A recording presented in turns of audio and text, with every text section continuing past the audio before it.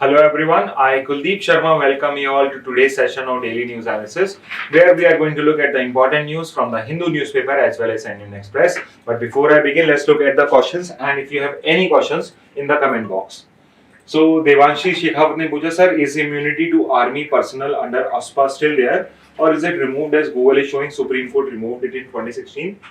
So not exactly कि ऐसा नहीं है कि उनकी इम्यूनिटी को खत्म कर दिया गया है, बट कुछ हद तक उसे सुप्रीम कोर्ट ने कंडीशनल बनाया। एंड कंडीशनल किस चीज में कि इन केस आपके जो आर्मी पर्सनल हैं या जो आपके पुलिस पर्सनल है, सीएपीएफ के जो लोग हैं, अगर वो लोग कुछ भी इलीगल एक्टिविटी करते हैं तो उस केस के अंदर में उनको कोई भी इम्यूनिटी नहीं मिलती है, which means this immunity has now become conditional. Remember this कि आस्पा का जो सेक्शन 6 है वो ये कहता है कि जो आर्म पर्सनल्स हैं जो आपके डिस्टर्ब्ड एरियाज में डिप्लॉयड हैं आपके अस्पा के अंदर में, उन सब लोगों को यहाँ पे इम्यूनिटी मिलेगी from any kind of criminal prosecution unless the central government gives permission to prosecute them, which means central government की परमिशन के बिना आप उन्हें प्रोसिक्यूट नहीं कर सकते हो। बट 2016 का एक जजमेंट है एक्स्ट्राजुडिशियल किलिंग्स करके आपका, which is respect to Manipur etcetera, Manipur और नागालैंड इस सब स्टेट्स को लेकर ही है।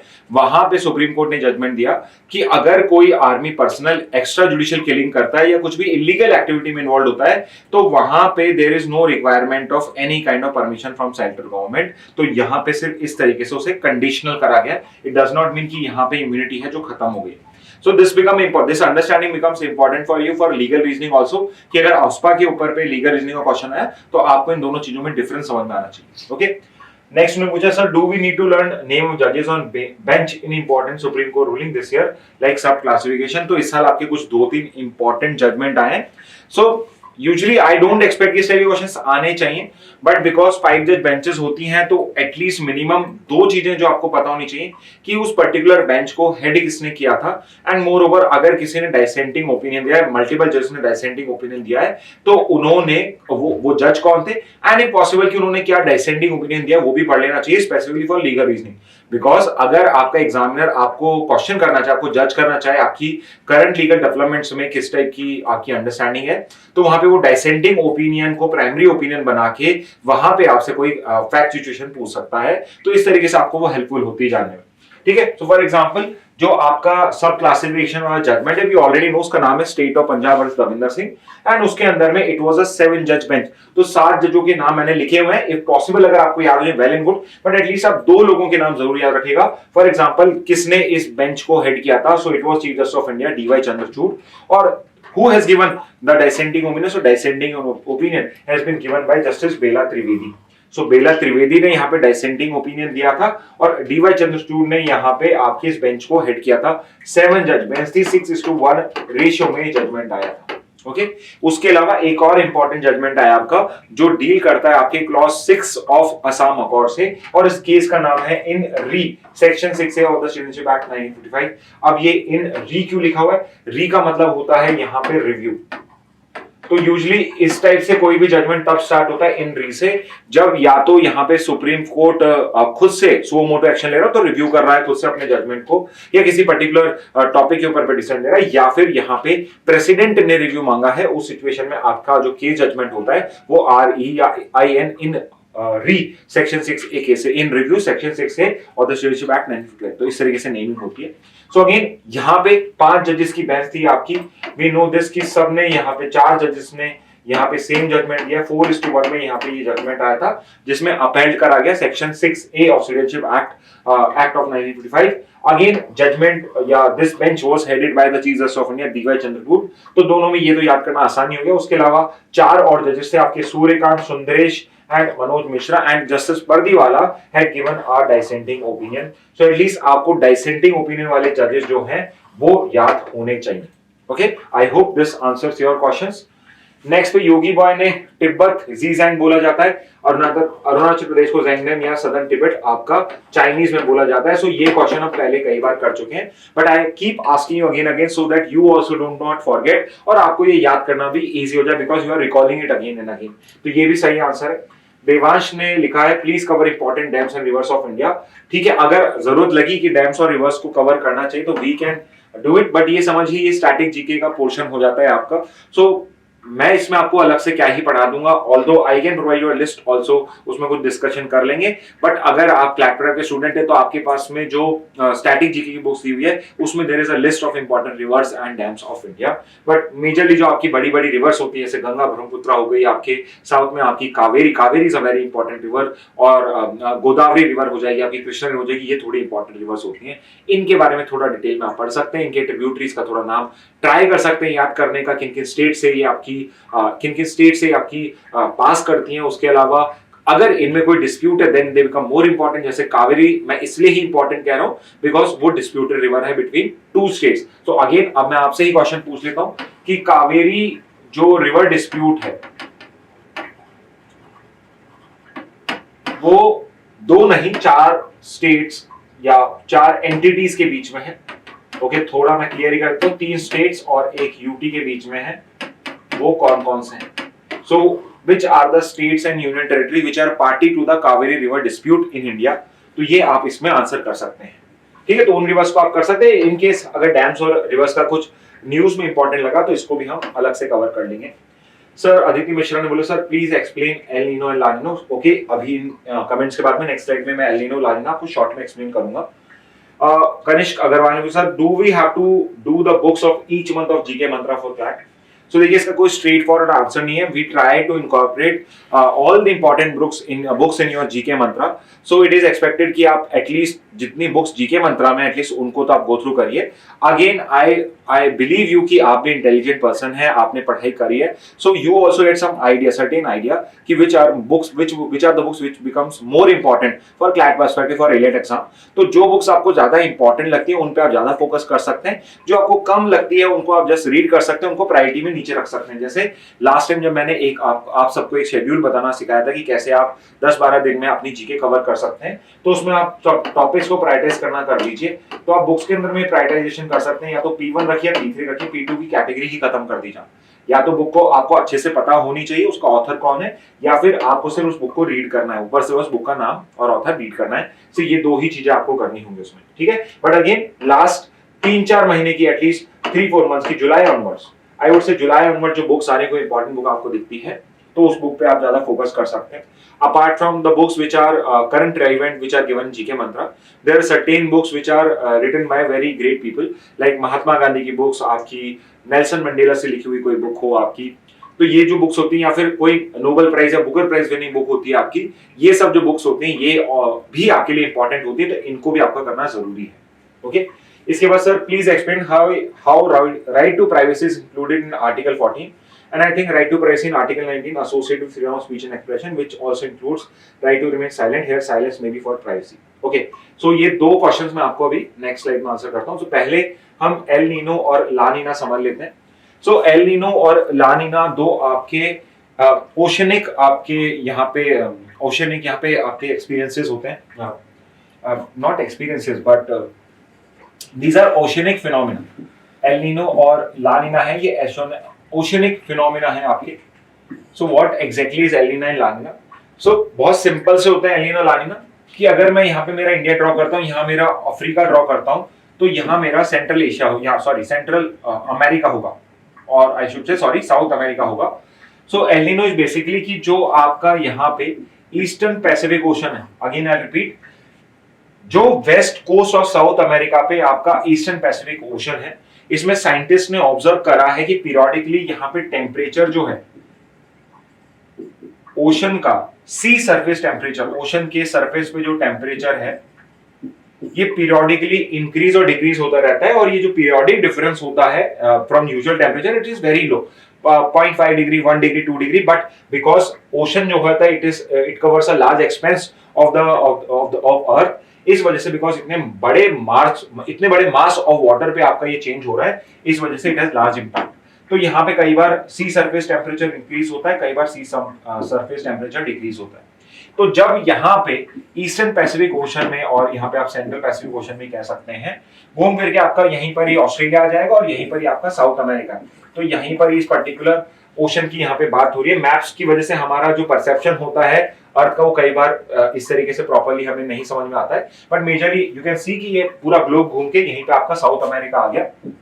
ओके, तो इस पर्टिकुलर ओशन पार्ट में जब ओशन सी सरफेस टेम्परेचर नॉर्मल से ज्यादा होता है, उस पर्टिकुलर फिनोमिना को ही एल नीनो बोला जाता है। सो एल नीनो कोई बहुत टेक्निकल फिनोमिना नहीं है, इट्स जस्ट दैट कि यहाँ पे जब टेम्परेचर ज्यादा होता है which is above then normal temperature of this particular ocean part, उसी पर्टिकुलर पार्ट को हम एल नीनो बोलते हैं। एंड अकॉर्डिंगली इसके कॉन्ट्ररी, अगर इसी पर्टिकुलर रीजन के अंदर में आपका अगर जो सी सरफेस टेम्परेचर है, अगर वो नॉर्मल से डिक्रीज होता है तो उसको ला नीना बोला जाता है। Okay, so there is this El Nino and there is this La Nino.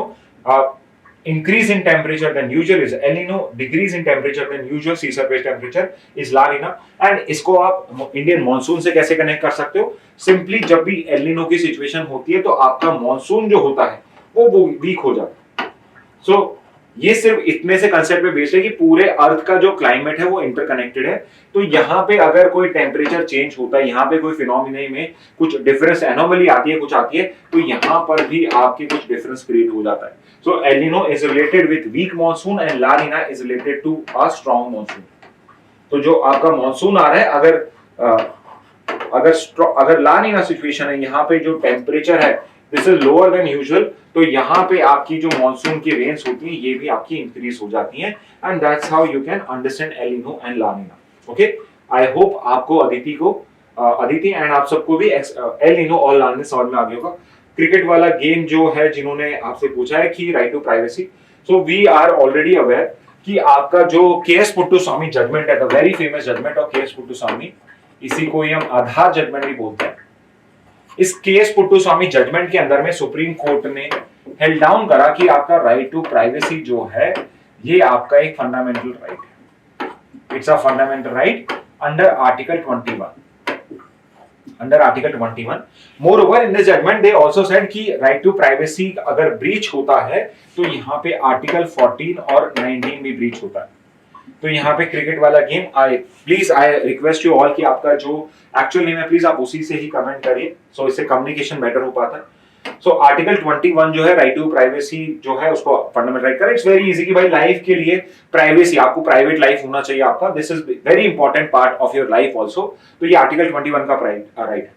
Article 19 का भी उनको समझ में आ गया, आप लोगों के लिए आई कैन एक्सप्लेन इट कि आर्टिकल 19 में आपके जो freedom of speech and expression है, अगर आप कोई भी कन्वर्सेशन कर रहे हैं, कोई भी कम्युनिकेशन कर रहे हैं, you want certain privacy for that particular communication. You do not want कि आप अगर अपने फ्रेंड से बात करें, अपने स्पाउसेस से बात करें, अपने फैमिली मेंबर से बात कर रहे हैं, so the state is heading into your conversation, कि वो सुन रही है, कि वो वहां पे कर रही है, वो इंटरफेरेंस कर रही है वहां पे, and you are always under this assumption कि शायद अगर मैं फोन पे बात कर रहा हूं तो मेरे फोन को टैप किया जा रहा है। तो जब इस तरह का कोई भी एक्ट होता है तो वो आर्टिकल 19 का ब्रीच होगा।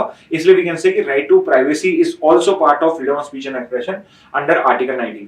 Moreover there are certain classified या प्रिविलेज कम्युनिकेशन, लाइक जो एक डॉक्टर पेशेंट की कम्युनिकेशन होती है, या जब आप एडवोकेट बन जाओगे, एडवोकेट और क्लाइंट की जो कन्वर्सेशन होती है वो प्रिविलेज कम्युनिकेशन होती है।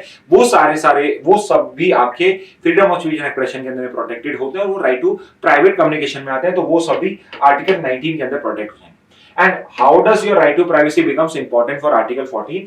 Because Article 14 talks about right to equality. और अगर स्टेट आपको प्रोफाइल कर रही है, अगर वो आपको प्राइवेसी नहीं दे रही है, आपके सारे जो रिकॉर्ड्स हैं या एक्शंस हैं उनको अपने पास में रख रही है और उनको मिसयूज कर रही है, तो आपको बाद में डिस्क्रिमिनेट करना इजी हो जाएगा। फॉर एग्जांपल कि अगर आपके सारे हेल्थ रिकॉर्ड्स, सोशल रिकॉर्ड्स, या आपके अगेंस्ट में कुछ ऐसे केसेस हैं, not cases but something which the state should not know but state is still knowing it, और अगर स्टेट चाहे उससे आपको थ्रेटन करना, डिस्क्रिमिनेट करना, प्रोफाइलिंग करना, तो वो प्रोफाइलिंग कर सकती है। इसलिए इस वजह से राइट टू इक्वालिटी का भी उसको ब्रीच माना जाता है। तो राइट टू प्राइवेसी इस तरीके से 14, 19 और 21 तीनों का वायलेशन माना जाता है, या तीनों का ही पार्ट माना जाता है अगर राइट टू प्राइवेसी को ब्रीच किया जाता है तो। सो सिमिलरली मेजरली तो राइट टू प्राइवेसी को हम आर्टिकल 21 में कहते हैं, बट टू सम एक्सटेंट हम आर्टिकल 14 और 19 के अंदर में भी राइट टू प्राइवेसी को यहाँ पे करते हैं। So let's say in case exam में क्वेश्चन आता है कि right to privacy is as per the Supreme Court, right to privacy is part of our options आता है article 14, 19, 21 और 22, then your answer will be article 21 obviously. But अगर आता है right to privacy is part of which of the following articles as per Supreme Court or not as per Supreme Court, और article 14, 19, 21 all of the above answer आ जाए तो please write down all of the above, not just article 21. Okay, तो आप इस तरीके से दोनों तरीके से आप इसको आंसर कर सकते हैं। I hope I was able to make you understand why this would be the answer. Okay, moving on ahead, Suman Gupta ने आंसर दिया है। Okay, so I asked you कि यहाँ पे रशिया यूक्रेन की समिट एक करवाई गई थी, पीस समिट इन 2024, वो किस पर्टिकुलर कंट्री ने होस्ट करी थी? So that particular summit was hosted by the country of Switzerland, Switzerland इस पर्टिकुलर को होस्ट किया था। उसके अलावा Tibet and Arunachal Pradesh called in China by the name of Xizang and Zangnan respectively. So इन्होंने, सुमन गुप्ता ने ये आंसर्स भी सही करे हैं। Only Saksham 2007 sir, kindly tell facts about various time zones. So specific facts तो आई डोंट नो वो कैसे बताऊंगा, बट मैं आपको टाइम जोन समझा देता हूं। सो यू हैव हर्ड कि इंडिया का जो टाइम है वो 5 hours 30 minutes अहेड है ऑफ योर ग्रीन मेरिडियन, या जो ग्रीन मेरिडियन टाइम होता है आपका प्राइम मेरिडियन का टाइम होता है। सो बिकॉज आपको एवरी कंट्री वुड वांट कि उनके जो सन है वो अराउंड 6 बजे उगना चाहिए, 12 बजे एकदम सर के ऊपर होना चाहिए, और शाम को 6 बजे 7 बजे सन जो है वो सेट हो जाना चाहिए। Everyone would have wanted it, but अगर आप इस तरीके से करते तो हर जगह डिफरेंट टाइम फ्रेम्स होते हैं।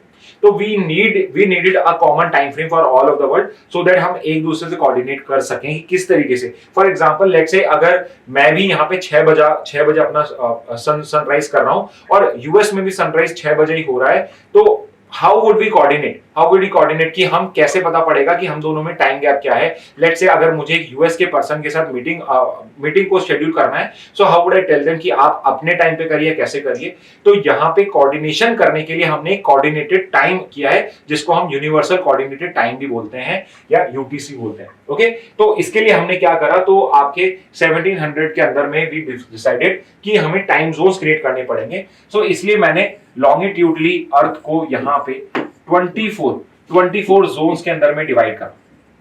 सो टोटल 360 डिग्री होता है, तो मैंने इनको 24 जोन्स में डिवाइड करा, और every zone is 15 degree wide.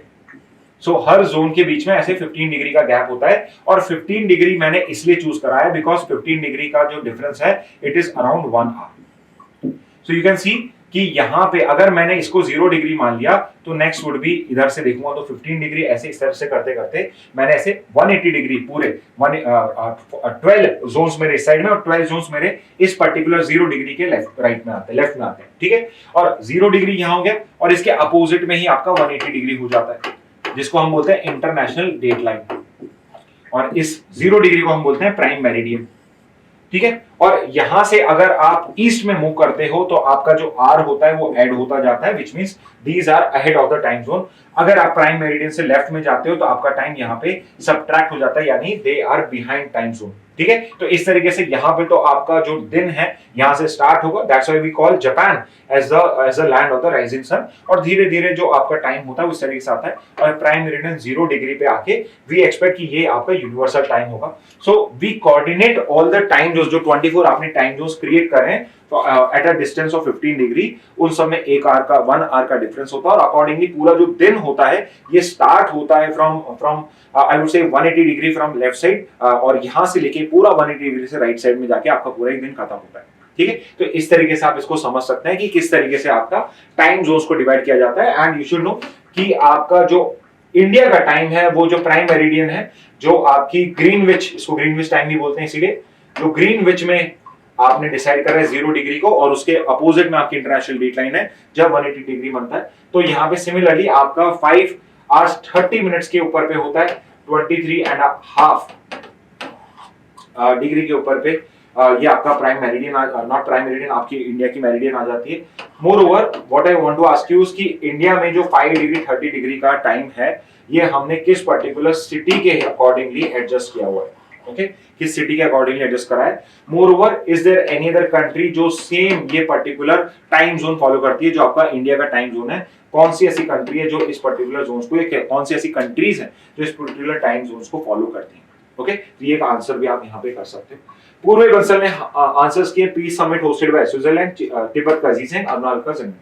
Sir, I have a doubt regarding the Transgender Sponsor Act 2019 that if in the passage it is written that it is the duty of the state to provide for equal employment to the trans people, does that include the private companies entities as well, or it will only be applicable to state-owned run entities? Because in constitutional classes we are taught that states includes only state-owned, but in one of the mocks private entities were considered part even though they were not explicitly mentioned. Please tell. तो यहाँ पे मैं आपको दो parts में इसका answer करूंगा।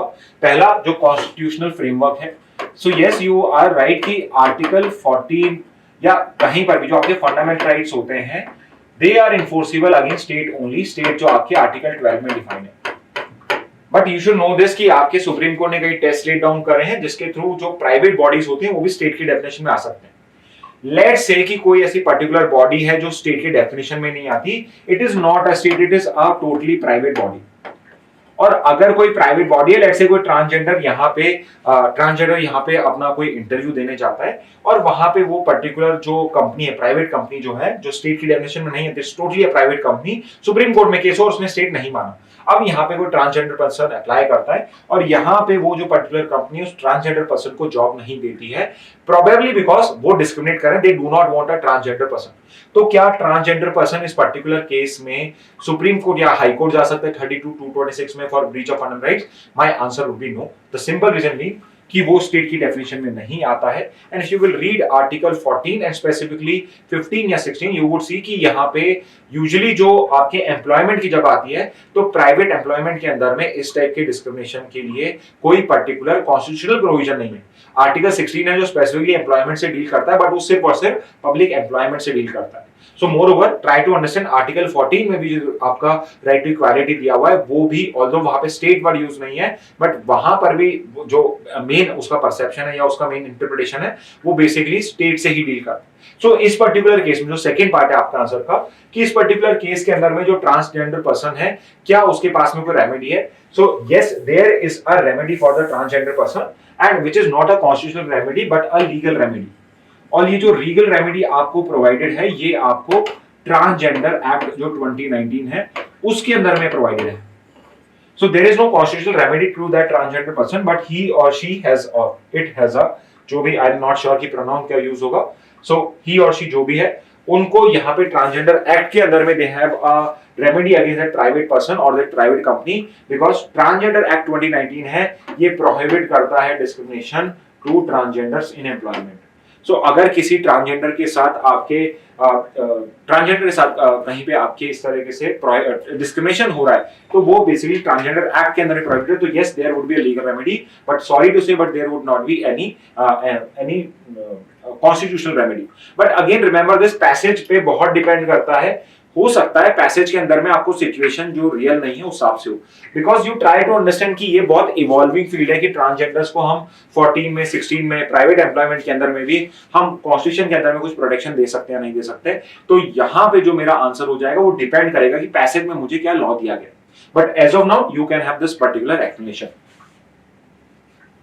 Okay, आगे मूव करते हैं। Lakshya sir, competition commission of India कब स्टैब्लिश हुआ था? 2003 और 2009, official website. So try to understand आपका जो कंपटीशन कमीशन ऑफ इंडिया है उसका जो स्टैब्लिशमेंट ईयर है वो आपका 2003 ही है। ओके, उसका जो स्टैब्लिशमेंट ईयर है वो 2003 है। 2009 से आपका उसका फंक्शनिंग स्टार्ट हुआ था, बट अगर आपसे कंपटीशन कमीशन ऑफ इंडिया का स्टैब्लिशमेंट ईयर पूछा जाए तो वो 2003 है, कुछ 14 सितंबर या 14 सितंबर 2003 को उसका फंक्शनिंग स्टार्ट हुआ था। So I went to the official website, there it is provided कि जो आपका कंपटीशन कमीशन ऑफ इंडिया है वो 2003 से ही आपका स्टैब्लिश हो गया था। So may be if the question is specifically asking कि कब से उसने फंक्शनिंग स्टार्ट करी है तो 2009 होता है, बट आई डाउट इट कि आपके 2009 2008 इस टाइप के क्वेश्चन पूछे जाएंगे। मोर ओवर मेजरली अगर आपसे कोई क्वेश्चन आएगा तो अगर आ भी गया तो it would be competition commission of India को स्टैब्लिश कब किया गया था। So as per the official website it is 2003 only, तो 2003 would be our answer. Sanyukta ने पूछा sir please provide important ISRO and NASA mission. So although आपके ये सारे इसरो नासा के मिशन जो हैं ये प्रोवाइडेड होते हैं आपके जितने भी आपकी जीके मंत्रास हैं, आपके जो हैंडआउट्स हैं उसके अंदर में, बट इसरो एंड नासा की इफ इट फेल्ट कि आपको इसका एक पूरा कंपाइलेशन देना होगा तो नवंबर मंथ्स में आफ्टर दिवाली ब्रेक तब आपको इसका एक कंपाइलेशन प्रोवाइड कर दिया जाएगा। Devansh please provide India's ranking in different global index that are important. Okay Devansh, again ये सारी चीजें आपके एकदम एग्जाम के पास आने की जस्ट आफ्टर दिवाली ब्रेक आपके इस टाइप के प्रोविजंस हो जाएंगे, बिकॉज उसके बाद में न्यूज़पेपर की इंपॉर्टेंस उतनी नहीं रहेगी तो आप इन पर्टिकुलर टॉपिक्स पे फोकस कर पाएंगे। रिया ने आपने आंसर दिए। Switzerland hosted peace summit, Tibet का जीजैंग और अरुणाचल प्रदेश का जैंगनेन नाम दिया बताया, बिल्कुल सही है। UNFCCC का यहाँ पे फुल फॉर्म बताया, CBD भी सही है, UNCCD भी सही है, और ये तीनों अडॉप्ट हुए थे 1992 के अर्थ रियो समिट और जिसको हम रियो समिट भी बोलते हैं और समिट बोलते हैं 1992 के। And this Rio summit of 1992 is important because ये तीन जो बड़े कन्वेंशन हैं आपके UNFCCC, UNCBD and your UNCCD, ये तीनों के तीनों यहीं पर ही आपने अडॉप्ट किए थे।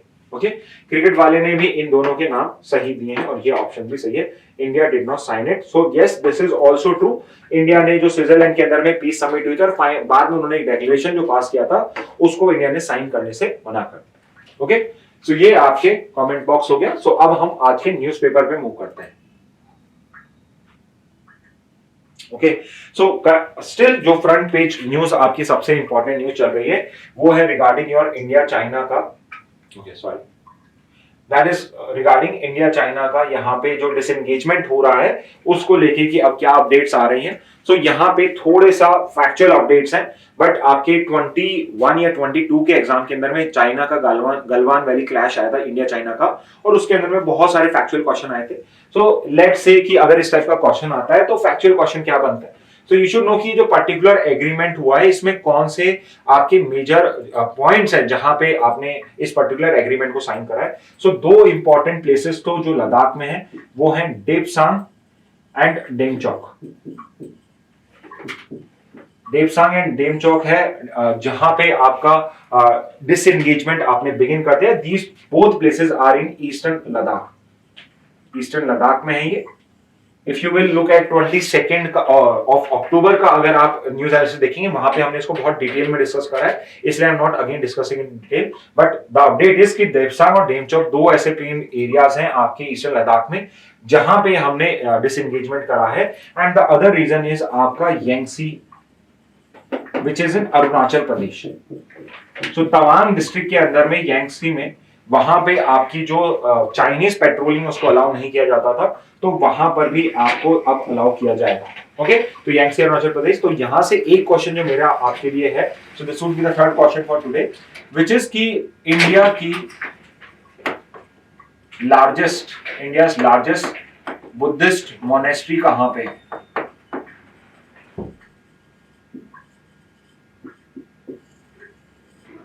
इंडिया की लार्जेस्ट बुद्धिस्ट मोनेस्ट्री कहां पे है। मोरओवर इसके अलावा भी ये सेपरेट क्वेश्चन है, इसका सेपरेट क्वेश्चन ये हो सकता है विच इज कि लद्दाख में क्योंकि डिस्प्यूट चल रहा है तो लद्दाख के अंदर में मोनेस्ट्री कौन सी है, लद्दाख या लेह में जो मोनेस्ट्री उसका नाम क्या है। मोरओवर इससे रिलेट करके यू शुड नो कि जो मैक्लोडगंज जहां पे आपके दलाई लामा की सीट है वहां पे जो मोनेस्ट्री है उसका नाम क्या है। तो ये तीन क्वेश्चंस हैं जो आपके लिए बहुत बेनिफिशियल हो सकते हैं for your CLAT examination. Okay, तो यहाँ पे डेपसांग एंड डेमचौक हो जाएंगे आपके ईस्टर्न लद्दाख के अंदर में, और यांगसी हो जाएगा अरुणाचल प्रदेश में। इसके अलावा यू शुड नो एग्जैक्टली 5 ऐसे पेट्रोलिंग पॉइंट्स हैं जहां पे हम डिसएंगेजमेंट कर रहे हैं जो ईस्टर्न लद्दाख के अंदर में मेजरली वो डेपसांग के अंदर में पेट्रोलिंग पॉइंट्स होते थे। मतलब basically that was a point जहां तक आपकी इंडियन आर्मी जा सकती थी, वहां से चाइनीज आर्मी आ सकती थी। तो यहाँ पे जो हम ये कोऑर्डिनेटेड पेट्रोलिंग कर रहे हैं, कोऑर्डिनेट का मतलब ये नहीं कि हम साथ में कर रहे हैं, यहाँ पे हम क्या हो रहा है कि इफ वी आर डिसाइडिंग कि आज हम इस पेट्रोलिंग पॉइंट पे जा रहे हैं तो today Chinese are not going to come to that patrolling point, they would go to some other patrolling point. ठीक है, तो यहाँ पे जो डेपसांग के अंदर में 5 पेट्रोलिंग पॉइंट्स आपके इंपॉर्टेंट हैं, बहुत इजी है रिमेंबर करने, 10, 11, 11A, 12 और 13। सो मेजरली जो यहाँ पे आप डिसएंगेजमेंट सुन रहे हैं वो बेसिकली डील करता है इन 5 पेट्रोलिंग पॉइंट से जो डेपसांग के आपके 10, 11, 11A, 12 और 13। ओके, तो this becomes important for you. ये इंपॉर्टेंट फैक्चुअल डेटा है, फैक्चुअल फैक्ट बेस अगर अच्छे क्वेश्चन बनेंगे तो इस टाइप के क्वेश्चन बनके आते हैं आपके एग्जाम में। ठीक है, और ऐसा नहीं कि ऐसे क्वेश्चन नहीं आते हैं, आप प्रीवियस क्वेश्चन पेपर देखिए, you will find such kind of questions in your exam. So this was an update which I wanted to do here. Okay, इसके बाद हम नेक्स्ट में देखते हैं sharpen the anti defection law, strengthen democracy. तो यहाँ पे आपका एक पर्टिकुलर आर्टिकल आया again on anti defection law. This shows की how important anti defection law is. So for most of you I am sure you are totally aware कि anti defection law क्या होता है, बट स्टिल फॉर दोज जो ये article पढ़ेंगे तो उनको एक्सप्लेन करने के लिए एक बार मैं आपको वापस से एंटी डिफेक्शन लॉ समझा रहा हूँ। उसके अलावा ये आर्टिकल ने क्या सजेस्ट करा है वो भी हम एक बार डिस्कस करेंगे। So you should know this कि आपके 52nd कॉन्स्टिट्यूशनल अमेंडमेंट एक्ट से आपने कॉन्स्टिट्यूशन के अंदर में 10th शेड्यूल ऐड करा था जो बेसिकली डील करता है एंटी डिफेक्शन से। एंड एंटी डिफेक्शन में डिफेक्शन क्या है, तो डिफेक्शन इज बेसिकली कि अगर कोई कैंडिडेट अगर कोई कैंडिडेट आफ्टर विनिंग इलेक्शंस, अगर candidate after winning elections, candidate after winning elections, if he changes or if he leaves the membership, अपनी पार्टी की मेंबरशिप को लीव कर देता है, या फिर एक बहुत ही ब्रॉड वर्ड्स में, बहुत ही ब्रॉड टर्म के अंदर में हम डिफाइन कर सकते हैं, कोई भी तरह की वो एंटी पार्टी एक्टिविटी करता है। सो कुछ भी ऐसी एक्टिविटी जो आप टर्म कर सकते हैं anti party activity, this would be termed as an act of defection और that person can be disqualified under anti defection law. So अगर कोई पर्सन इस तरह की एक्टिविटी करता है तो जिस पॉलिटिकल पार्टी से उसने इलेक्शंस फाइट किए थे और उस पर्टिकुलर सीट को वो होल्ड करता है, वहां से उसे डिस्क्वालिफाइड किया जा सकता है। उसे डिस्क्वालिफाइड किया जा सकता है bye whom? By the leader of the house, not leader, but the presiding officer of the house, which in case of Lok Sabha is the speaker. In house, in your Raj Sabha, it is your chairman or deputy chairman. Same is the case with legislative assembly. वहाँ पे उसका speaker होगा. But majorly it is disqualified by आपका presiding officer of the house. इसके दो exception भी थे. Exception क्या है इसका? So the exception is कि अगर 2/3 members जो हैं वो अपनी पूरी पार्टी को लेके मर्ज कर जाए। सो लेट्स से कि अगर 100 मेंबर्स है, मोर देन 66 मेंबर्स आपके, अराउंड 70 मेंबर्स एक अपनी पॉलिटिकल पार्टी को छोड़ के, या अपनी पॉलिटिकल पार्टी के 70 मेंबर्स एक 100 में से वो मर्ज कर जाते हैं दूसरी पॉलिटिकल पार्टी के साथ, तो वो सारी की सारी उस केस में वो लोग आपके एंटी डिफेक्शन लॉ में नहीं आएंगे। पहले इसका एक और एक्सेप्शन होता था, एक्सेप्शन वाज कि अगर 1/3 जो मेंबर्स हैं वो स्प्लिट करके अपनी अलग पार्टी बना ले, तो ये भी एक्सेप्शन होता था। बट इसको हमने 91st कॉन्स्टिट्यूशनल अमेंडमेंट एक्ट 2003 से रिमूव कर दिया। ओके, तो यहाँ पे ये आपका शॉर्ट में एक एंटी डिफेक्शन लॉ क्या होता है एग्जैक्टली वो यहाँ पे एक्सप्लेन करा हुआ है। अब इस पर्टिकुलर आर्टिकल को अगर आप रीड करते हो तो यहाँ पे ऑथर ने कुछ प्रॉब्लम्स यहाँ पे हमें समझाई है। So main problem which we already know is, जैसे कि एक प्रॉब्लम यहाँ पे ये है कि जो स्पीकर है यहाँ पे इस केस में, जो भी प्रिसाइडिंग ऑफिसर होता है, there is no time limit जिसमें उसको डिसीजन लेना है, टाइम लिमिट नहीं। और दूसरा कि यहाँ पे पॉलिटिकल पार्टी का पॉइंट ऑफ व्यू क्या, उसने वहां पे क्या इंस्ट्रक्शंस दिए थे जो उसने फॉलो नहीं करे, वहां पे देयर इज नो ट्रांसपेरेंसी। सो जो मैंने सेकेंड पॉइंट आपको एक्सप्लेन किया एंटी पार्टी एक्टिविटी का, उसमें एक स्पेसिफिक पॉइंट जो हम कह सकते हैं वो ये होता है कि आपके जो पॉलिटिकल पार्टीज होते हैं वो इंस्ट्रक्ट करते हैं अपने सारे members of parliament legislative assembly को कि इस पर्टिकुलर इश्यू के ऊपर पे उन्हें किस तरह से डिबेट करना है, किस तरीके से वोटिंग करना है। स्पेसिफिकली ये इंपॉर्टेंट हो जाता है जब बजट और इंपॉर्टेंट लेजिस्लेशंस की बात होती है। तो अगर कोई पॉलिटिकल पार्टी, कोई आपका एमएलए या एमपी उस पर्टिकुलर इंस्ट्रक्शन को नहीं फॉलो करता है तो वो पर्सन भी एंटी पार्टी एक्टिविटी कर रहा है और उसको यहाँ पे बैन किया जा सकता है। बट इस पर्टिकुलर केस में ये प्रूव कर पाना कि पॉलिटिकल पार्टी ने क्या इंस्ट्रक्शन दिया था वो थोड़ा मुश्किल हो जाता है। रीजन भी कि पॉलिटिकल पार्टी ने उस पर्टिकुलर एमपी को क्या इंस्ट्रक्शन दिया है वो बहुत ही नॉन ट्रांसपेरेंट मेंबर में होता है। यहाँ पे कोई ओपन कम्युनिकेशन नहीं, पब्लिक कम्युनिकेशन नहीं है। तो यहाँ पे जो डिस्क्वालिफाइड एमएलए एमपी है जो इन कंटेंशन है, वो पर्सन हमेशा कर सकता है कि they never provided me with any kind of such instruction, तो यहाँ पे वो वैलिड नहीं होता। तो यहाँ पे ऑब्वियसली ये प्रॉब्लम है। तो इन्होंने आपके, ये भी आपके मेंबर ऑफ पार्लियामेंट हैं और इन्होंने यहाँ पे क्या सजेशन दिया, 2 अमेंडमेंट्स के लिए बोला है कि यहाँ पे एक तो टाइम लिमिट दे देनी चाहिए। सो रिमेंबर ये कोई लॉ नहीं है, दीज आर जस्ट सजेशंस। इन्होंने क्या दिया है कि 4 वीक्स का टाइमलाइन दे दीजिए, 4 वीक्स का टाइमलाइन होना चाहिए, ये इन्होंने सजेशन दिया है। और दूसरा कि जो पर्टिकुलर यहाँ पे गाइडलाइन है बाय द पॉलिटिकल पार्टी वो ट्रांसपेरेंट होनी चाहिए, publicly it should be provided so that आप इस तरीके कोई भी एक्शन हो उसको इजीली यहाँ पे आइडेंटिफाई करो। मोर ओवर यहाँ पे वो ये आर्ग्यू नहीं कर रहे हैं, जैसे सुप्रीम कोर्ट का एक केस है आपका, it's a case of 2020 state of Manipur का, इसमें वो केस का नाम भी मेंशन है, that case name is not important. उस केस का नाम है Keisham Meghachandra Singh versus honourable speaker Manipur legislative assembly. इस पर्टिकुलर केस के अंदर में यहाँ पे एक एमएलए के अगेंस्ट में डिस्क्वालिफिकेशन केस था। उस पर्टिकुलर केस में सुप्रीम कोर्ट ने सजेस्ट करा कि रेदर देन द स्पीकर जो यूजुअली किसी पॉलिटिकल पार्टी से बिलोंग करते हैं, यहाँ पे जो एंटी डिफेक्शन लॉ का ऑर्डर है वो एक इंडिपेंडेंट ट्रिब्यूनल या न्यूट्रल ट्रिब्यूनल को देना चाहिए जो election commission of India decide कर सकता है। बट यहाँ पे दिस ऑथर इज आर्ग्यूइंग कि यहाँ पे हमें स्पीकर की जो सैंक्टिटी, ऑफिस की स्पीकर की सैंक्टिटी है, इसको यहाँ पे बेटर ऑफ करना चाहिए rather than giving it to some other political, some other institution, some other neutral या autonomous institution। यहाँ पे स्पीकर को हम अगर टाइम लिमिट प्रोवाइड करेंगे और एक ट्रांसपेरेंट मैकेनिज्म रखेंगे तो स्पीकर चाहे वो किसी पॉलिटिकल पार्टी से बिलोंग हो, they would be force to provide a fair, a just decision in this particular case. So these are some of the suggestions which have been provided in this particular handout, in this particular article. Okay. अब हम आगे चलते हैं। From Suda to Tony, a seed of light for great Indian bustard. So again इस बार आपका ये particular जो टॉपिक है बहुत बार न्यूज में आता है, क्योंकि आपका एक पर्टिकुलर केस था M K Ranjit Singh versus union of India. तो ये साल के शुरुआत में ये पर्टिकुलर जजमेंट आया था और जजमेंट बेसिकली डील करता था with preservation of great Indian bustard.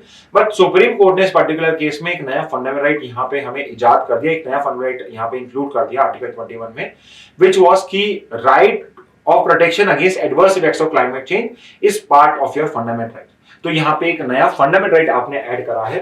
तो यहाँ पे ग्रेट इंडियन बस्टर्ड को लेके इंडियन एक्सप्रेस में केस स्टडी आई है and it's a good news कि जो इनको हम कैप्टिवली ब्रीड कर रहे थे, सो rather than keeping them in wild, हम इन्हें कैप्टिवली ब्रीड कर रहे थे आर्टिफिशियल इंसेमिनेशन, आईवीएफ जो टेक्नोलॉजी होती है, इन विट्रो फर्टिलाइजेशन, उसके थ्रू हम यहाँ पे इनकी पॉपुलेशन को वापस से रीजनरेट कर रहे हैं। Because you should know this कि जो ग्रेट इंडियन बस्टर्ड है ये एक क्रिटिकली इंडेंजर्ड स्पीशीज है as per the red book. और आपको आंसर करना है सिंपली जो हम, I am sure all of you would be able to answer it, कि जो रेड बुक होता है इसको पब्लिश कौन सी इंस्टीट्यूट करती है। ओके, तो क्रिटिकली इंडेंजर्ड है as per the red book. तो इसकी पॉपुलेशन बहुत ज्यादा डिक्लाइन हो रही थी। Currently as per the latest estimate इनके वाइल्ड के अंदर में सिर्फ 150 ही स्पीशीज बाकी बचा है। सो 150 टाइप्स नहीं, 150 ही स्पीशीज, टोटल 150 बर्ड्स ही हैं जो अभी आपको नेचर के अंदर में आपको मिल सकती हैं। तो मेजरली जो पर्टिकुलर आपकी ग्रेट इंडियन बस्टर्ड है, because these are one of the most heaviest birds, India के सबसे हैवीएस्ट बर्ड हैं यहाँ पे। तो ये जो हैवीएस्ट बर्ड होती हैं आपकी, एक तो ये ओपन फील्ड्स में रहती हैं, ओपन ग्रासलैंड्स में रहती हैं। सो उससे क्या होता है, इनका जो हंटिंग और पोचिंग करना है इट बिकम्स इजियर। तो इस वजह से ये बहुत ज्यादा हंट करी जाती है। Moreover because they are very heavy, they can not fly very high. और मेनी टाइम्स अब क्योंकि आपके जो आपके राजस्थान और गुजरात के डेजर्टेड एरियाज हैं, वहां पे हम solar panel etcetera, solar activity बहुत ज्यादा करना स्टार्ट कर चुके, विंड फार्म्स हम लगा रहे हैं। तो बहुत बार जो आपके ये पर्टिकुलर बर्ड्स होती हैं ये उन पर्टिकुलर ट्रांसमिशन लाइन से कोलाइड करके वहां पे उनकी यहाँ पे डेथ हो जाती है। तो इस वजह से भी इनकी पॉपुलेशन है जो रिसेंट टाइम में बहुत ज्यादा डिटेरियोरेट हुई। सो इस वजह से हमने इनके प्रिजर्वेशन के लिए बहुत सारे इस तरह के मैकेनिज्म करे थे और यहाँ पे हमारी को सक्सेस भी है। फॉर एग्जाम्पल करंटली आपके 150 तो वाइल्ड में है और ऐसे 45 ग्रेट इंडियन बस्टर्ड है जो अभी कैप्टिविटी में आप रेयर कर रहे हो।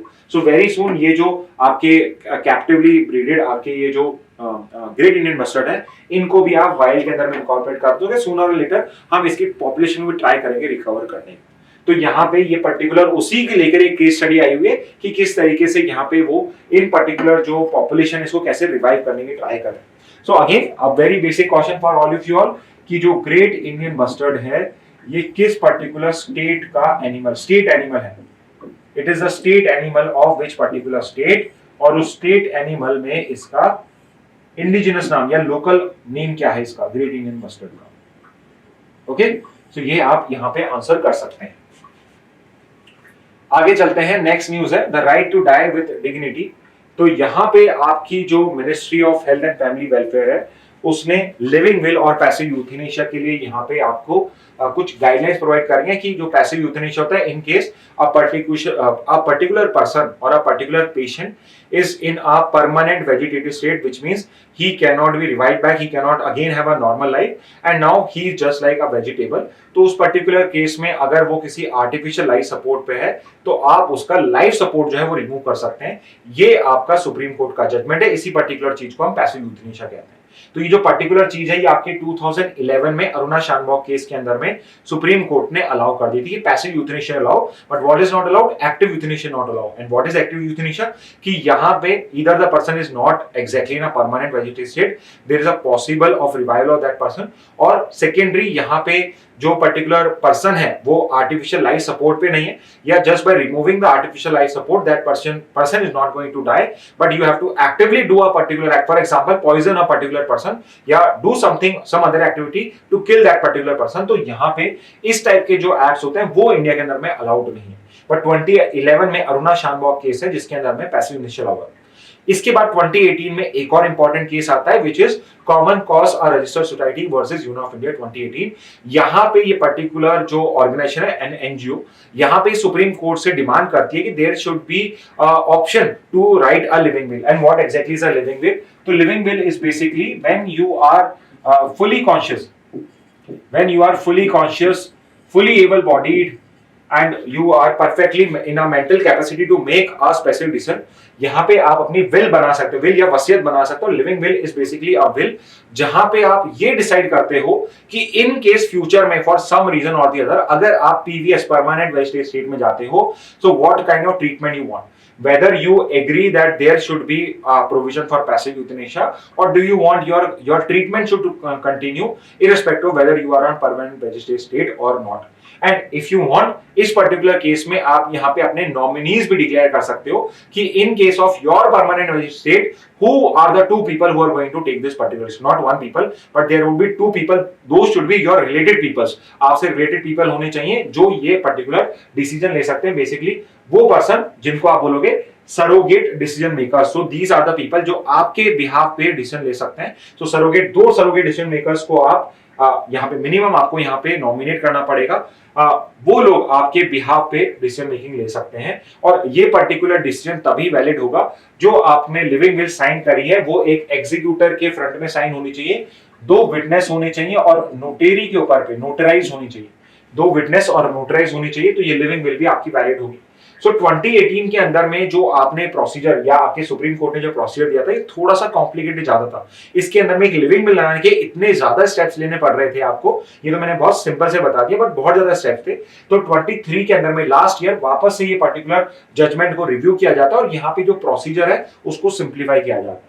और अब यहाँ पे आपका जो मिनिस्ट्री ऑफ हेल्थ है उसने गाइडलाइंस निकाली है टर्मिनल पेशेंट के लिए कि किस तरीके से आप इस पर्टिकुलर लिविंग विल को ऑब्स्ट्राइज कर सकते हो। तो यहाँ पे they are going to set up primary and secondary medical boards at the level of hospital. इसके बाद doctors will be nominated at the chief medical officer और इसके बाद देयर इज इन दोनों आपके एक्सपर्ट जो है यहाँ पे ये आर्ग्यू कर रहे हैं कि there should be a proper legislation, एक पार्लियामेंट्री लॉ होना चाहिए बिकॉज वी बिलीव कि पार्लियामेंट्री लॉ बहुत इजीली फटाफट से बन जाते हैं बट उसके पीछे पूरा प्रोसेस होता है। Very experts are involve, many legal teams are involve. आपके पार्लियामेंट के अंदर में प्रॉपर लीगल टीम्स होती हैं जो इस टाइप के लेजिस्लेशंस को ड्राफ्ट करती हैं। सो दे आर आस्किंग कि there should be a proper legal documentation या parliamentary law which provides for such kind of living wills as well as what should happen in case of passive euthanasia.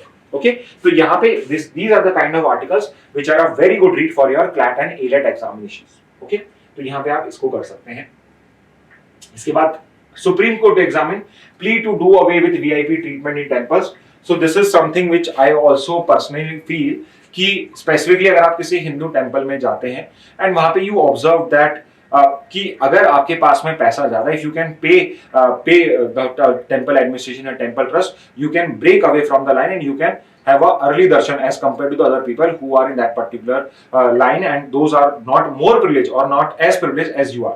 So either you can use money power or you can just simply use power if you are some politician son, अगर आप politicians में हो या bureaucracy में क्या आपके connections है, police से आपके कनेक्शंस है, तो आप लाइन ब्रेक करके भी आप पहले आपका यहाँ पे वीआईपी की तरह आप यहाँ पे कर सकते हो।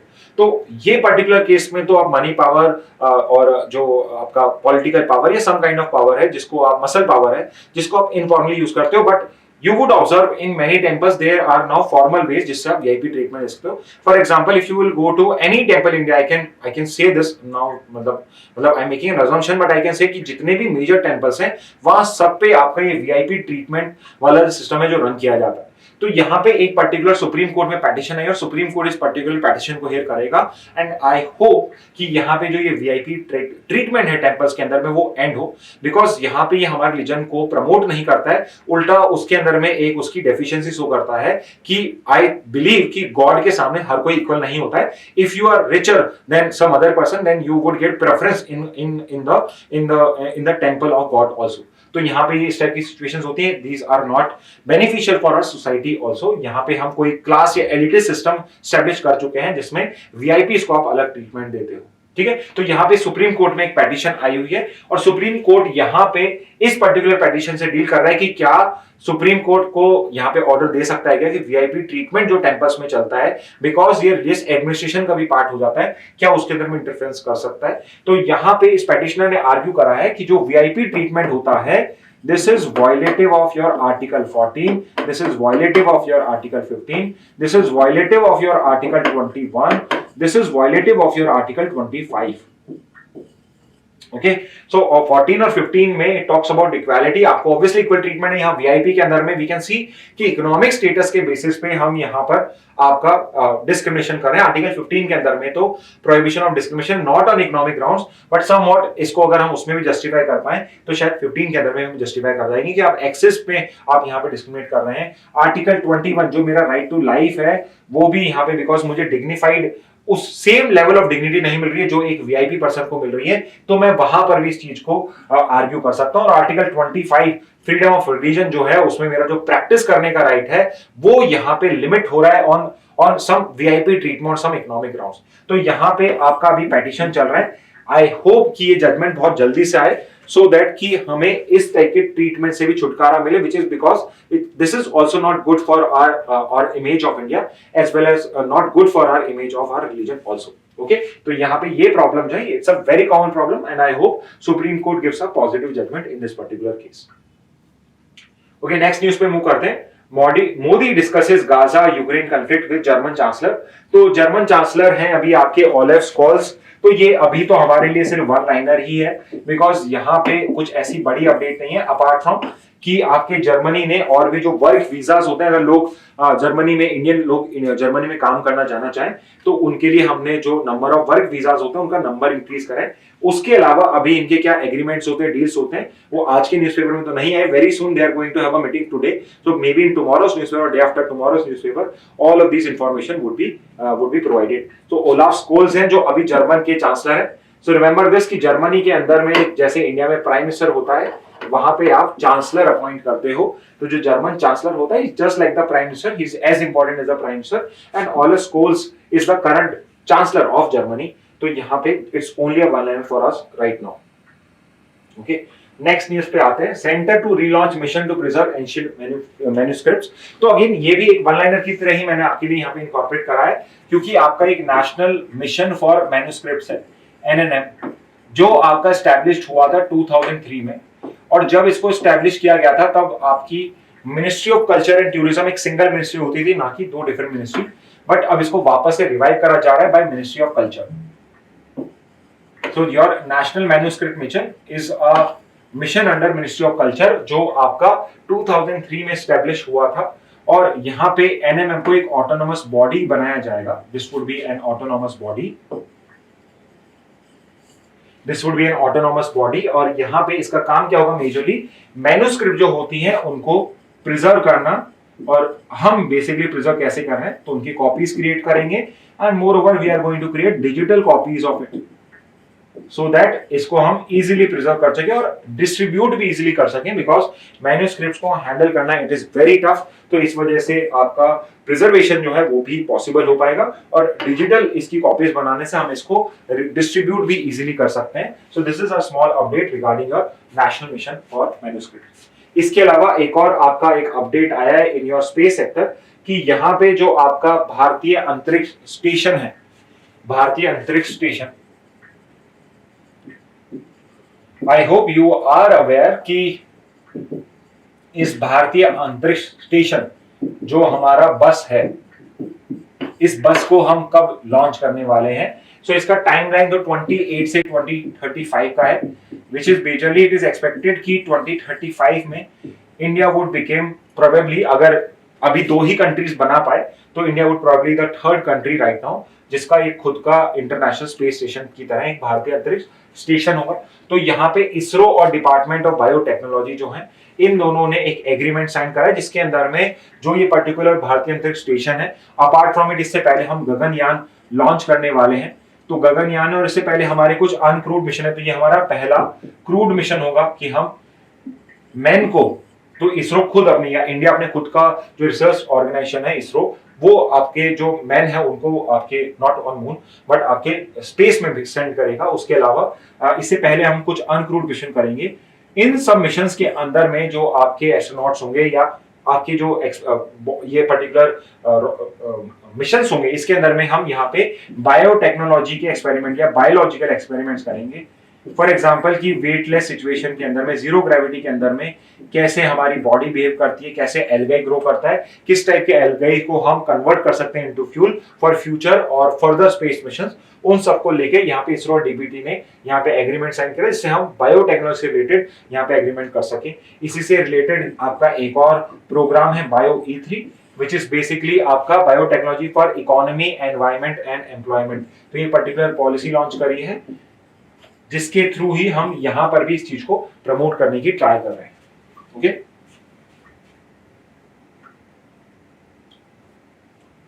ओके, नेक्स्ट न्यूज पे आते हैं। Over 84 lakh workers erase from MG NREGA's roll in 6 months. So आपकी जो very famous MG NREGA scheme है, उसके अंदर में एक रिपोर्ट आई है कि करीब 84 लाख वर्कर्स का जो नाम है वो एमजी नरेगा का जो रूल है उसमें से रिमूव हो गया है फॉर वन रीजन और the other. And one of the primary reason which this particular report is pointing out कि आपकी एमजी नरेगा स्कीम के अंदर में, MG NREGA Mahatma Gandhi national rural employment guarantee scheme, इस पर्टिकुलर स्कीम के अंदर में हमने 2023 onwards Aadhaar based payment system जो है वो मैंडेटरी कर दिया है। So earlier how the payment used to be done? So the payment for जो नरेगा के वर्कर्स होते थे उनको कैश में पेमेंट किया जाता था, बट अब हम एक डिजिटल पेमेंट मोड पे फिक्स हो चुके हैं विच इज एबीपीएस। और अब ये आधार बेस्ड पेमेंट सिस्टम वैसे वर्क करता है। सो इसके लिए कुछ कंडीशंस होती हैं, जैसे आपका जो आधार का जॉब कार्ड है, आपको एक जॉब कार्ड मिलता है आधार नरेगा के अंदर में, इसको आपको आधार के साथ कनेक्ट कराना है। आधार से ये आपका मैच करना चाहिए, दोनों का नाम यहाँ पे मैच करना चाहिए। आधार से जो आपका जो है वो बैंक अकाउंट अटैच होना चाहिए, और ये जो बैंक अकाउंट है इसके अंदर में आपका एनपीसीआई जो है national payment corporation of India, उसके अंदर में मैपअप होना चाहिए। मतलब ये एनपीसीआई जो होता है उसके पास में आपके बैंक अकाउंट की डिटेल्स होनी चाहिए, बिकॉज आपका जो आधार बेस्ड पेमेंट सिस्टम है वो एनपीसीआई ही रन करता है। आपके जो यूपीआई है वो भी एनपीसीआई ही रन करता है। आपके जो क्यूआर कोड्स होते हैं यूपीआई पे एक्सेट्रा पे, वो भी एनपीसीआई करता है। सो यू कैन सी कि यहाँ पे कहीं पर भी अगर कुछ मिसमैच हो गया, कोई टेक्निकल इशू क्रिएट हो गया, तो ये जो पर्टिकुलर पेमेंट्स होते हैं ये नहीं हो पाते आधार बेस्ड पेमेंट सिस्टम पे। तो यहाँ पे what is happening is because यहाँ पे गवर्नमेंट फोर्स कर रही है कि 100% हमें जनवरी 1 से 100% हमें 25 नेक्स्ट ईयर से हमें 100% यहाँ पे सबका मैचिंग चाहिए। इसलिए जिन लोगों का मैच नहीं हो रहा फॉर सम वन रीजन और अदर, उनका नाम डिलीट करा जा रहा है। And as of now as per this report 84 lakh workers जो है उनके नाम जो है एमजी नरेगा स्कीम से डिलीट हो गए, which is a big issue. Okay, so remember this is an update कि ये पर्टिकुलर रिपोर्ट है, इसमें कुछ अलग चीज नहीं है। All of this we already know, हम पहले भी सब चीज को डिस्कस कर चुके हैं। स्पेसिफिकली फ्लैट प्रेप स्टूडेंट जिनके एक पर्टिकुलर क्लास हैंडआउट में भी ये जो एबीपीएस और एमजी नरेगा का रिलेशन है इसको हमने डिस्कस करा है। बट यू शुड नो जो महात्मा गांधी एनआरईजीएस स्कीम है या जो एक्ट है, सो एक्ट कब आया था, एमजी नरेगा एक्ट, और ये जो स्कीम है ये कब से इन्फोर्स हुई है, ये आप मेंशन कर सकते हो। What I am going to tell you is कि व्हिच यू ऑलरेडी नो कि इसके अंदर में 100 डेज का गारंटीड वर्क मिलता है फॉर अनस्किल्ड मैनुअल लेबर।